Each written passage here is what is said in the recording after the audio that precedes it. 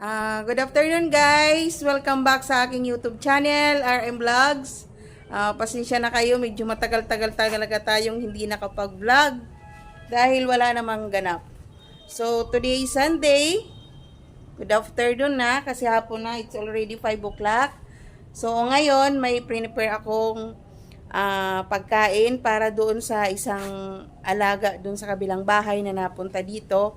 So mamaya ikukwento ko sa inyo kung bakit napunta siya dito. Ngayon, pupuntahan ko siya dun sa rooftop kasi hahanapin ko siya at papakainin ko. So guys, samahan niyo ako papunta dun sa taas, sa rooftop. So guys, punta na ako. Yan, medyo madilim yung daanan natin. Parang naririnig ko na siya. So, ayan na siya guys. Ito na si Pau Pau. Dadalhin ko siya dito sa 3rd floor. Kasi dito ko siya papakainin. Tara Pau. Dito ko siya guys papakainin sa 3rd floor. Kasi inaaway siya ng mga alaga ko guys. Ayan na. Sige na Pau. Up na. Kakaawa siya. O, ayan. So, ayan na guys. Kakain na siya, oh.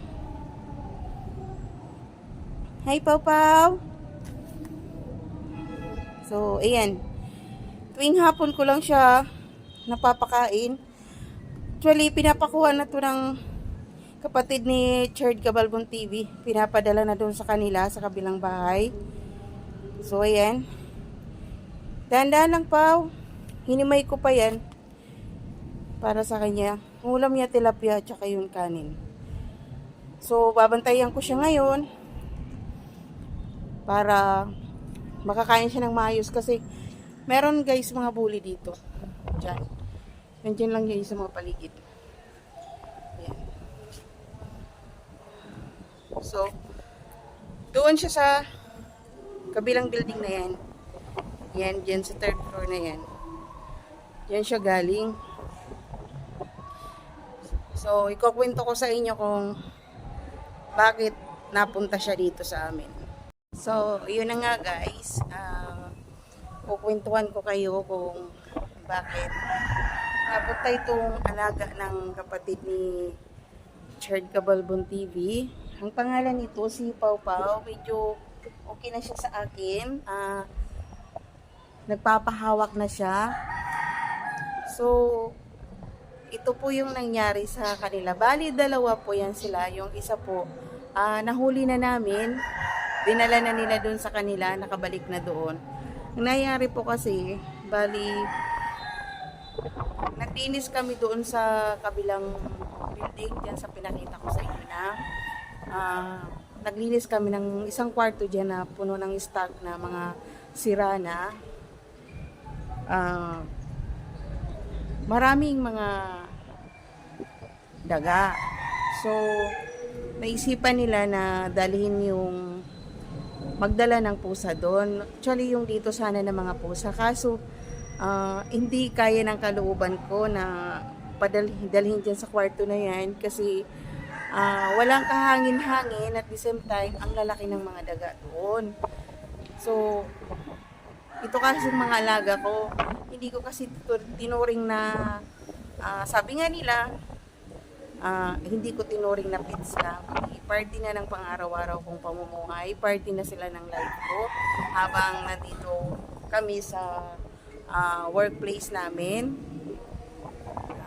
Kaya talagang sinabi ko, hindi sila pwedeng dalhin doon, kasi alam ko yung init ng kwarto na yun kasi wala talagang kahangin-hangin kasi yung mga bintana nakalak, nakasarado siya.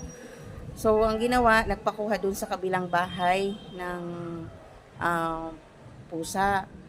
Alam mo yung kahit hindi mo alaga, parang ang sakit sa kalooban, lalo na ako ang nagpapakain panghapon. Ang ginawa ko,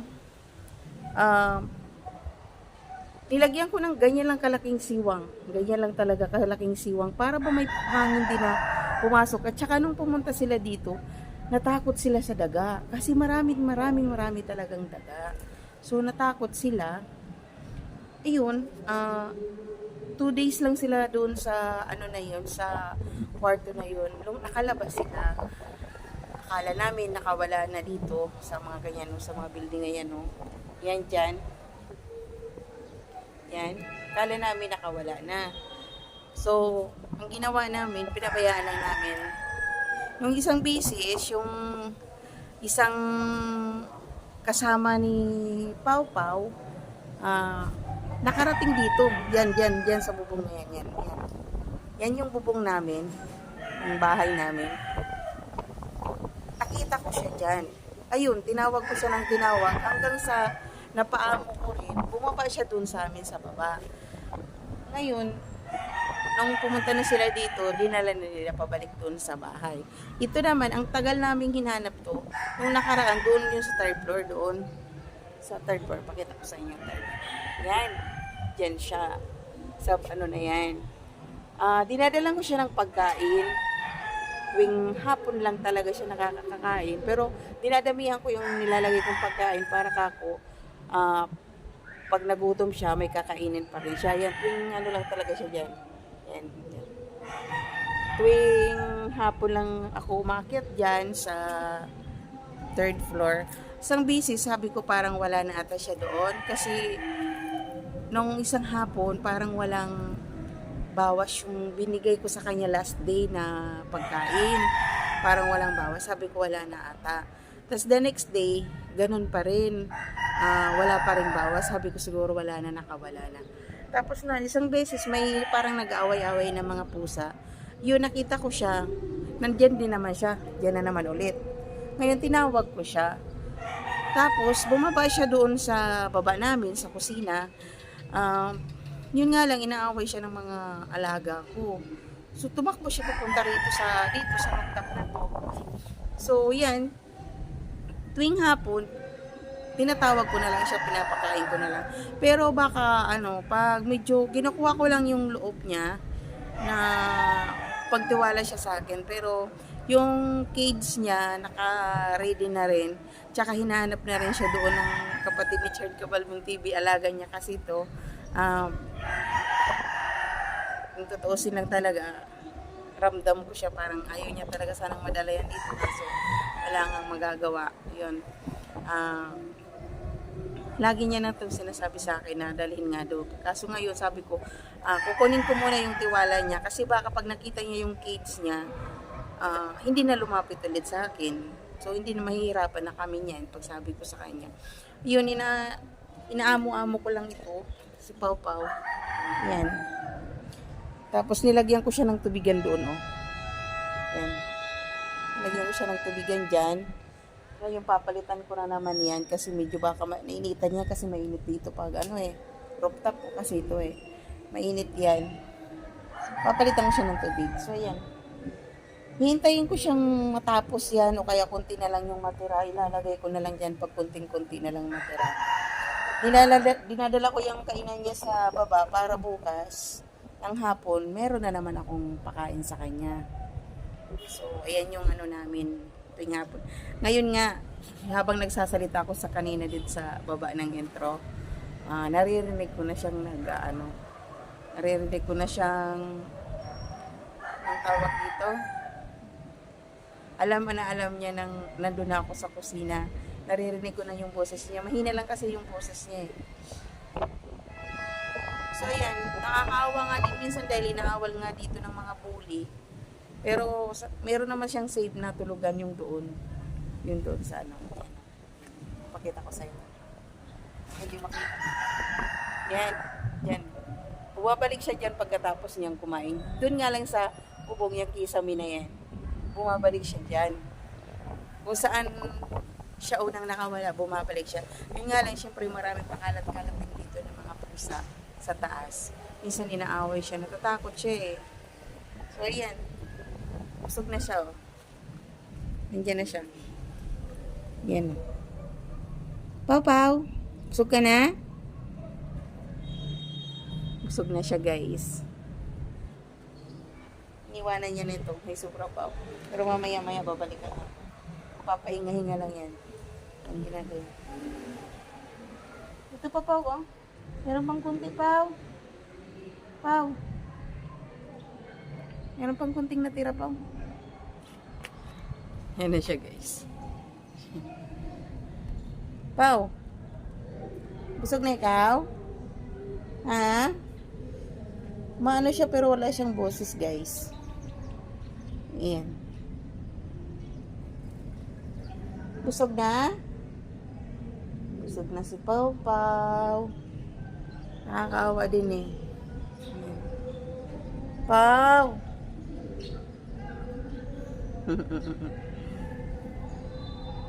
So yun. Ganyan yung routine namin paghapon, guys.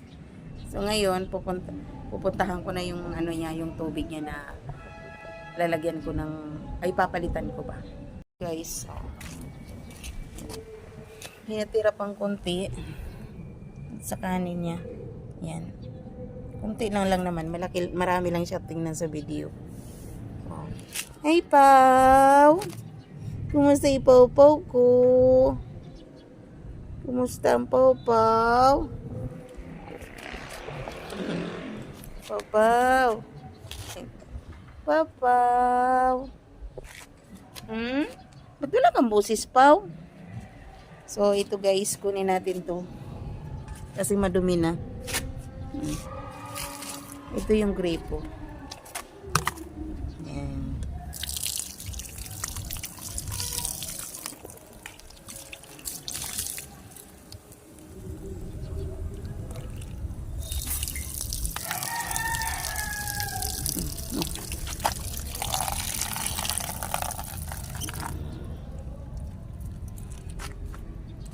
Oh, tubig.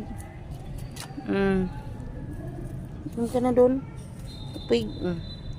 So, yan na guys. Bago na yan. Busog na siya. Yan. Pau. Busog na siya guys. Yan. So, nandito ka sa rooftop. Yan. Yan siya dati, oh. Yan. Sa mga taga Pampanga, alam nila yung skill na yan, GNC. May nagbabasketball, medyo maingay, guys. Yan, nilalaro-laro ko muna siya, tingnan mo. Kung saan ako magpunta yan, nakasunod siya. Nakasunod siya sa akin. Hello? Busog na ikaw. Kanina hinanap kitang tanghali wala ka naman dito. Nahanap ko siya guys pag tanghali. Yun nga lang siguro nagpapasilong din siya.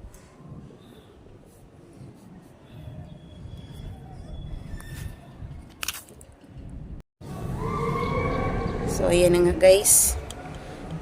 Tambay-tambayan ko muna siya dito ng konti. Nandyan siya. Yan. Yan yung ginagawa niyan sa akin. Pagtapos niyang kumain, gulong-gulong yan. Pau! Yan. Tapos babalikan pa niya yan ulit.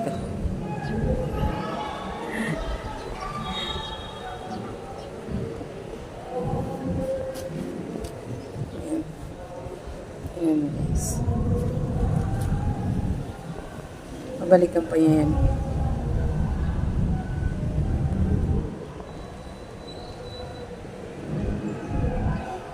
Mamalayan mo yan, naubos na niya yan. Sana nga makuha na siya dito kasi nakakaawa. Although hindi naman siya napapabayaan sa pagkain. Kaso yun nga lang. Siyempre, nakakaano dito dahil pagala-gala lang siya dito sa taas. Wala ba siyang, hindi niya, parang ano siya, hindi niya feel at home dito. Sabi ko nga sana hindi siya inaway ng mga ano ko. Siya inaway ng mga alaga ko sa babae, naaway siya eh.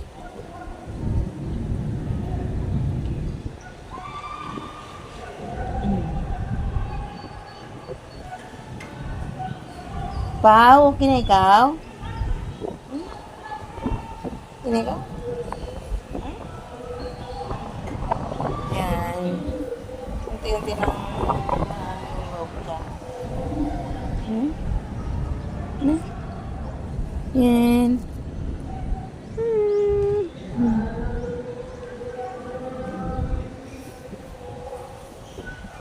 Saan ka na? Pau? Pau? Saan ka na, Pau? Diyan sa likod ko, guys. Pau, Pau. Pau.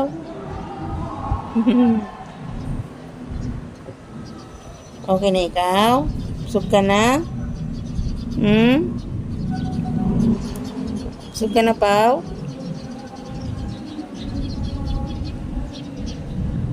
So guys, alam niyo, tagal-tagal na nating hindi nakapag-vlog. Tagal ko na talagang hindi nakakapag-vlog kasi wala namang masyadong ganap at saka medyo busy din. Lalo na yung mga alaga ko na naman nagsi-pregnant na naman. So iniisip ko yan guys, 3 sila. Sana talaga kunti lang yung magiging anak nila kasi Diyos ko, ang iniisip ko yung financial kasi walang masyadong mga gatas sila. Nakakawa yung mga tuta. Hindi mo naman matitiis kahit walang-wala ka. Pipilitin mong ma-provide yung ano nila, yung pagkain nila. Although 2 months lang naman sila, siyempre yung sa araw-araw, sa 2 months na yun hindi madali.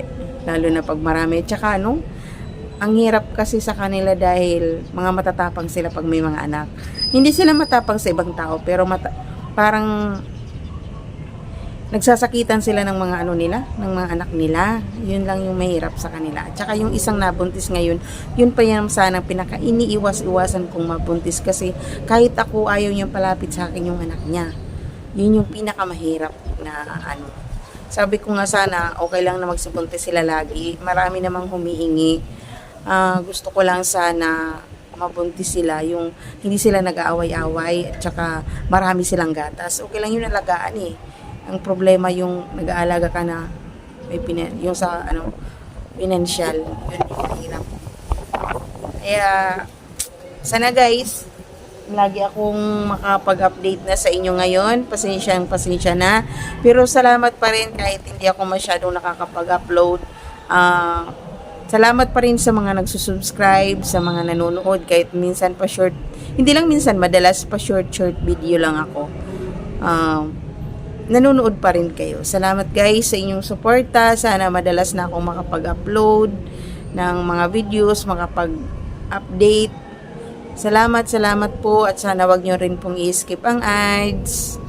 So hanggang dito na lang guys yung aking pag-update sa inyo dahil hapon na medyo madilim na dito sa taas at saka madilim na doon sa dinadaanan ko sa hagdanan.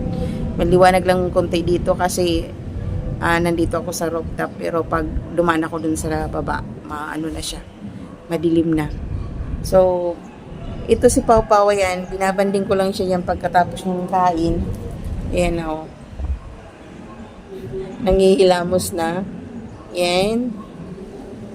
Binabanding ko lang yan siya ng konti. Tapos, iniiwanan ko na. Sinasabihan ko na lang siya na balik na siya doon kung saan siya natutulog. Para hindi na siya makita ng ibang mga pusang gala. So, iiwanan ko ito dito. Babayaan ko lang. Okay lang na kahit hindi na niya makain. Kahit kainin ng mga galang pusa din dito sa taas. Kasi kung totoo nakakaawa din. Kasi, syempre, pareho din natin may buhay yan kahit na kumbaga kung ikukumpara natin sila para yung mga taong nasa lansangan ng mga homeless, ganun din sila. Nakakaawa din kung tutuusin.